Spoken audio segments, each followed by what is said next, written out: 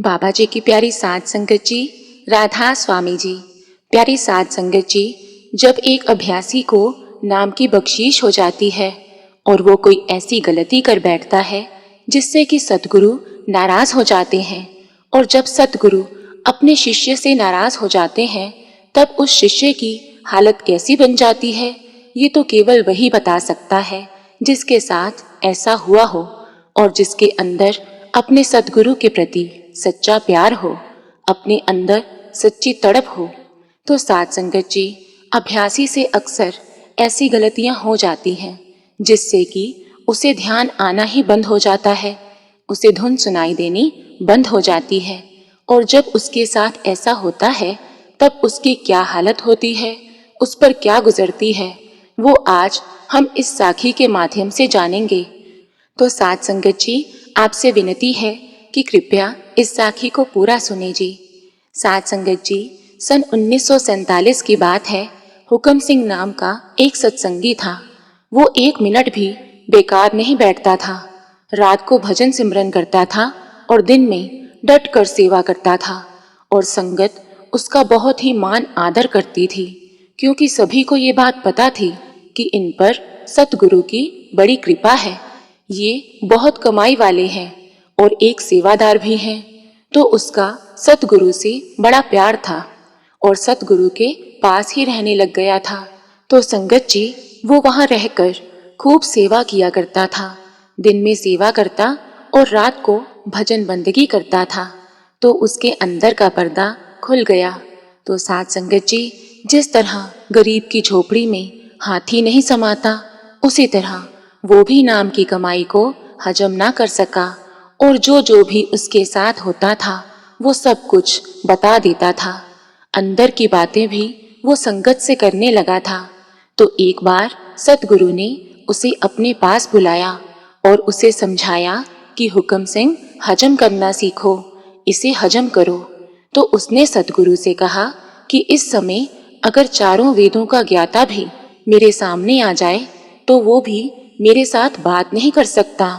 तो संगत जी, इतना कहने की देर थी, सतगुरु महाराज ने दया मेहर का हाथ उसके ऊपर से खींच लिया और उसके बाद उसे शब्द सुनाई देना बंद हो गया। उसने बहुत कोशिश की मगर फिर भी कोई बात ना बनी, अंदर का पर्दा ना खुला। तो जब उसको ये आभास हो गया कि मेरे साथ ऐसा क्यों हुआ है, तो उसने सतगुरु से कहा कि मैं आपके खिलाफ अब चाचा जी को, जो कि बड़े महाराज जी के छोटे भाई थे, उनको चिट्ठी लिखूंगा। खैर, चिट्ठी लिखी या नहीं लिखी इसका तो कुछ पता ना चल सका, लेकिन वो नाराज होकर अपने गांव चला गया। तो जब सतगुरु चोला छोड़कर गए तो उनके बाद फिर वो डेरे आ गया और वहीं रहने लगा। तो वहां पर उसकी बीबी रुक्को से बिल्कुल भी नहीं बनती थी। वो उनके साथ झगड़ा करता रहता था। तो एक बार बीबी को कालेकी गांव में एक साधु भेजने की जरूरत पड़ी। तो अभी वो तलाश में ही थी कि सतगुरु ने कहा, हुक्म सिंह को कालेकी भेज दो। तो बीबी रुक्को ने ये बात स्वीकार कर ली और उसको कालेकी भेज दिया। तो वहां पर उसके पास कोई सेवा तो नहीं होती थी, तो वो रस्सियां बटने लग जाता था और उसके पास हर रोज 3 ही काम होते थे। हुक्म के अनुसार बिना नागा भजन सिमरन करना, पोथी पढ़ना और सेवा करना।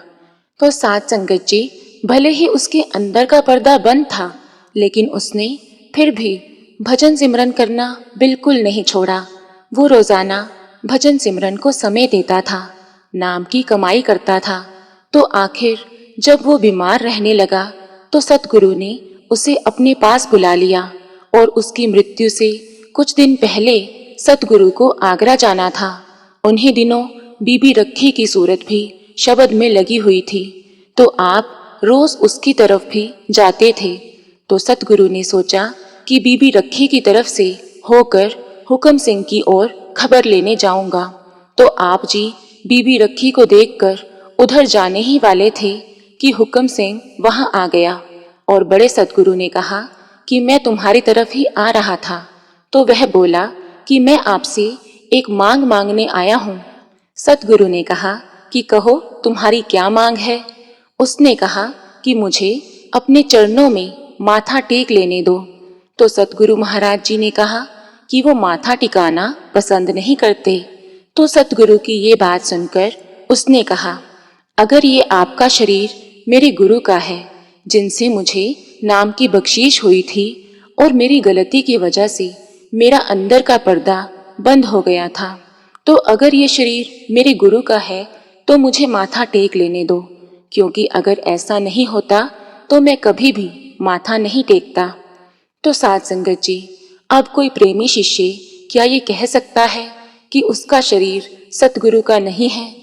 तो सतगुरु महाराज जी ने आखिरकार उस समय अपने सतगुरु का ध्यान करके उससे कहा, अच्छा तुम माथा टेक लो। तो साध संगत जी, जब उसने चरणों में माथा टेका तो उसी वक्त कहने लगा कि मेरी जो 16 वर्षों की कमाई बंद थी वो एकदम खुल गई है। मुझे मेरी कमाई वापस मिल गई है और मेरी संभाल हो गई है और सतगुरु मुझे लेने आ गए हैं। तो साध संगत जी, मतलब ये है कि कमाई का अहंकार करके आदमी गिर जाता है और अंदर का रास्ता बंद हो जाता है। यही शिष्य की आजमाइश का वक्त होता है। उसको भजन सिमरन करना बंद नहीं करना चाहिए और ना ही अपने अंदर अभाव लाना चाहिए, क्योंकि उसकी कमाई व्यर्थ नहीं जाती और शरीर छोड़ने के वक्त पूरी पूरी संभाल होती है। तो साध संगत जी, आज की साखी से हमें भी यही प्रेरणा मिलती है कि हमें बिना नागा भजन सिमरन करना है और नाम की कमाई को हजम करना सीखना है, क्योंकि ऐसी बहुत सारी बातें संगत में से सामने आती हैं कि जो सत्संगी नाम की कमाई को हजम नहीं कर पाते, सतगुरु अपनी दया मेहर का हाथ उनके ऊपर से खींच लेते हैं। वो हमारे साथ इसलिए ऐसा करते हैं क्योंकि हम उस कमाई को हजम करने के काबिल नहीं होते, और जब हम काबिल हो जाते हैं तो वही कृपा सतगुरु हम पर फिर से कर देते हैं। तो सतगुरु तो अक्सर यही फरमाते हैं कि हमें हजम करना सीखना है, हमें अपनी बातें किसी को नहीं बतानी है, क्योंकि अगर हम हजम नहीं करते और बाहर सब बताने लगते हैं तो हमारा जो रूहानी सफ़र है वो वहीं पर रुक जाता है और हम तब तक आगे नहीं बढ़ सकते जब तक हम उसके काबिल नहीं बन जाते और सतगुरु वही कृपा हम पर फिर से नहीं कर देते। तो साध संगत जी, कुछ अभ्यासी ऐसे हैं जिनके साथ ऐसा होता है कि शब्द धुन सुनाई देना बंद हो जाता है, तो थक हार कर वो भजन सिमरन करना छोड़ देते हैं। तो यहाँ पर सतगुरु हमें समझाते हैं कि भले ही मालिक ने अपनी दया मेहर का हाथ खींच लिया हो, लेकिन हमें भजन सिमरन करना बंद नहीं करना, हमें उसे जारी रखना है, क्योंकि मालिक को हमारे भजन सिमरन से ज्यादा हमारे प्रयास प्यारे होते हैं। और अगर सत्संगी प्रयास करता जाता है, भजन सिमरन करता जाता है, तो मालिक उसके इन्हीं प्रयासों को देखकर उससे प्रसन्न हो जाता है और उसका अंदर का पर्दा दोबारा खोल देता है और फिर वो सत्संगी दोबारा से उस शब्द को सुनने लग जाता है, दोबारा से वही नज़ारे देखने लगता है जो उसे पहले देखने को मिलते थे। तो साध संगत जी, यहाँ पर संत महात्मा एक बात कहते हैं कि हमें नाम धुन सुनाई दे या ना दे, अंदर कुछ दिखाई दे या ना दिखाई दे, लेकिन हमें उस मालिक की भजन बंदगी में बैठना है, नाम की कमाई करनी है, क्योंकि मालिक हमारे अंदर इसी तड़प को देखकर हम पर ऐसी अपार कृपा कर देता है जिसके काबिल भी हम नहीं होते।